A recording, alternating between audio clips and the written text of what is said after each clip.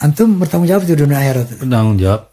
Kan datanya, nih, saya itu berhutang budi kepada Balawi yang mau tes DNA. Mereka lah pahlawan sesungguhnya, bukan saya. Sebagai saintis, kalau nggak ada datanya, saya harus bicara apa? Tapi Balawi ini terutama yang di luar negeri berani tes DNA, berani menyatakan, nah itulah pahlawan sesungguhnya. Silahkan Abah berdoa buat mereka, karena mereka lah yang membuka kotak Pandora kebenaran, bukan saya. Kita kan cuma memproses datanya saja kan ya. Mereka lah yang berani tes DNA, berani berani mempublish, kemudian dibantu oleh Bani Ismail yang lain. Karena kita tidak bisa hanya mengandalkan satu Bani Ali dan Bani Balawi toh. Harus ada Bani Ismail sebagai pembanding, harus ada Bani Ishak sebagai pembanding, baru bisa kita simpulkan gitu. Jadi ya sebagian dari Balawi yang mau tes DNA di luar negeri dan mempublikasi itu adalah pahlawan dalam membuka kebenaran ini.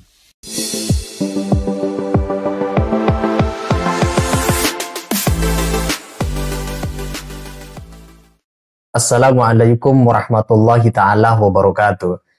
Kalau kita menyaksikan setiap keterangan dari Dr. Sugeng Sugiharto di berbagai kesempatan, misalnya di podcast, diskusi, dan lain seterusnya, selalu menyajikan data hasil penelitiannya terhadap nasabah Alawi sesuai bidang kompetensi, kualifikasi, dan spesialisasi beliau sebagai seorang peneliti BRIN, begitu juga ahli tes dalam tes DNA. Ketika Dr. Sugeng ditanya oleh Rhoma Irama dalam podcastnya, apakah siap bertanggung jawab atas penelitiannya tentang nasabah Alawi, beliau dengan tegas mengatakan siap dunia akhirat.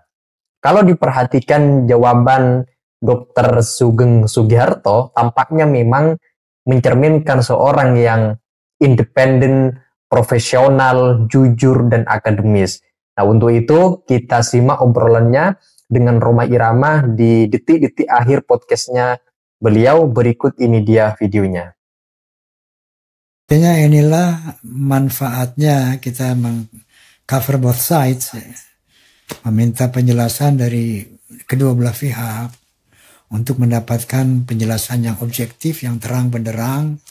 Nah, lalu setelah itu, ini beliau tadi menyampaikan memang harus ada satu lembaga yang netral, yang membuat, yang memastikan bahwa ini benar, ini salah. Nah, itu lembaganya adalah Civitas Academica. Tadi beliau menyarankan kalau nggak dari UI, dari manapun, dengan catatan tadi bahwa seperti yang beliau utarakan tadi. Nah, kenapa kita harus mengejar ini sampai tuntas? Karena kebenaran itu memang harus diperjuangkan. Karena itu kita semua harus mencari kebenaran, bukan pembenaran. Nah, selanjutnya bahwa seandainya nanti terselenggara, kita belum bisa menyimpulkan secara final ya, karena walaupun beliau tadi telah menyatakan bahwa Ba'alawi ini mustahil keturunan Nabi, berulang-ulang beliau menyatakan bahkan mustahil keturunan Nabi Ibrahim. Ini antum bertanggung jawab di dunia akhirat. Bertanggung jawab. Kan datanya, nih, saya itu berhutang budi kepada Balawi yang mau tes DNA. Mereka lah pahlawan sesungguhnya, bukan saya. Sebagai saintis, kalau nggak ada datanya, saya harus bicara apa? Tapi Balawi ini terutama yang di luar negeri berani tes DNA, berani menyatakan, nah itulah pahlawan sesungguhnya. Silahkan Abah berdoa buat mereka, karena mereka lah yang membuka kotak Pandora kebenaran, bukan saya. Kita kan cuma memproses datanya saja kan ya. Mereka lah yang berani tes DNA, berani berani mempublish, kemudian dibantu oleh Bani Ismail yang lain. Karena kita tidak bisa hanya mengandalkan satu Bani Ali dan Bani Balawi toh. Harus ada Bani Ismail sebagai pembanding, harus ada Bani Ishak sebagai pembanding, baru bisa kita simpulkan gitu. Jadi ya sebagian dari Balawi yang mau tes DNA di luar negeri dan mempublikasi itu adalah pahlawan dalam membuka kebenaran ini. Allahumma sholli ala Muhammad. Alaihi. Barangkali ada yang mau ditambahkan lagi, Dok? Gini, saudara-saudara, kita itu membuka masalah ini, interestnya apa? Karena kita mencintai Rasulullah. Kita tidak ingin nasab keluarganya diacak-acak. Karena secara hukum biologi, kalau berasal dari satu kakek, haplogrupnya adalah sama. Haplogrup itu kan dari haploid. Haploid itu adalah bagian DNA kita yang tidak berkombinasi. Jadi dari Nabi Adam sampai ke kita, kromosom Y itu tidak berkombinasi. Tapi tiap 3 atau 4 generasi selalu catatannya ditambahkan. Jadi misal dari Nabi Adam ke arah mungkin anaknya yang pertama ada catatan gitu ya. Setelah itu baru mana anak, cucu, cicit, buyut, baru ada catatan lagi. Memang loncat-loncat, tapi akan terus diwariskan terus ke keturunannya.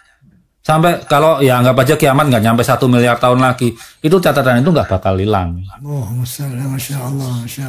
Makanya kalau menikah setialah. Nanti repot kalau anakmu beda haplogrup dengan mertuamu. Wah, kacau. Iya kan? Ada joke-nya juga. Iya. Kita itu harus bahwa istri kita harus melahirkan anak laki-laki yang haplogrupnya sama dengan ayah kita, sama dengan kakek kita, dengan kakek buyut kita. Allah itu membuat DNA itu salah satunya adalah menjaga kesucian perkawinan. Nah ini kalau ternyata keturunan Imam Ali itu haplogrupnya beda-beda, padahal semua mengklaim jalur laki-laki, beda dengan yang mengklaim jalur zigzag ya. Kalau jalur zigzag kita keluarkan, udah kita percaya aja catatannya asal jumlah generasinya benar. Kalau mengklaim jalur laki-laki haplogrupnya beda-beda, kita harus curiga ada yang salah di situ. Harus kita selidiki.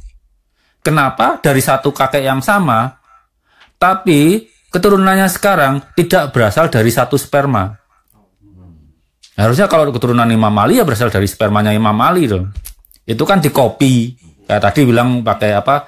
Soft copy, dikopi oleh anaknya, diturunkan lagi, dikopi, diturunkan lagi seperti itu. Masya Allah. Jadi begitulah Allah memberikan perangkat untuk menjaga kesucian pernikahan gitu. Subhanallah. Subhanallah. Jadi ternyata Allah Akbar. Sampai kepada jadi sperma, genetika ini memang sudah by design oleh Allah Subhanahu wa taala. Salah satu maksud Allah juga untuk tidak terjadi keributan seperti sekarang ini. Ini kalau bahasa saya ya, itu dulu saya pernah bilang, buku nasab itu seperti BPKB dan STNK. Boleh dibilang. Tapi DNA itu kayak nomor mesin dan nomor rangka. Harus cocok. Kalau nggak cocok yang mana yang curian? Bisa BPKB-nya atau STNK-nya atau motornya yang curian? Oke. Itu urusan polisi nanti ya. Jadi harus cocok gitu. Teman-teman, apa yang barusan kita simak ini sangat cukup menarik ya ketika beliau menjawab siap dunia akhirat terhadap penelitiannya yang mengatakan nasab Alawi itu mustahil sebagai keturunan Nabi. Apa yang akan diragukan dari pendapat Dr. Sugeng Sugiharto ketika menjawab siap dunia akhirat atas penelitiannya nasab Alawi? Apakah lebih mempercayai narasi dari kalangan Ba'alawi sendiri yang tidak memunculkan seorang dokter ahli tes DNA menurut versinya mereka? Apakah lebih mempercayai narasi daripada mereka? Tentu masyarakat makin cerdas. Tidak bisa ditutup-tutupi adanya polemik nasab yang sedang bergulir ini, adanya nasab Ba'alawi. Masyarakat sekarang sudah cerdas. Tinggal kemudian memilih mana pendapat yang bisa dipertanggungjawabkan, mana pendapat yang benar-benar sesuai dengan ilmu pengetahuan, dengan kajian ilmiah. Nah, itulah kemudian yang bisa kita jadikan sebagai pegangan. Nah, itu saja teman-teman. Kalau ada yang disampaikan, silakan tulis di kolom komentar. Sekian dari saya. Wassalamualaikum warahmatullahi wabarakatuh.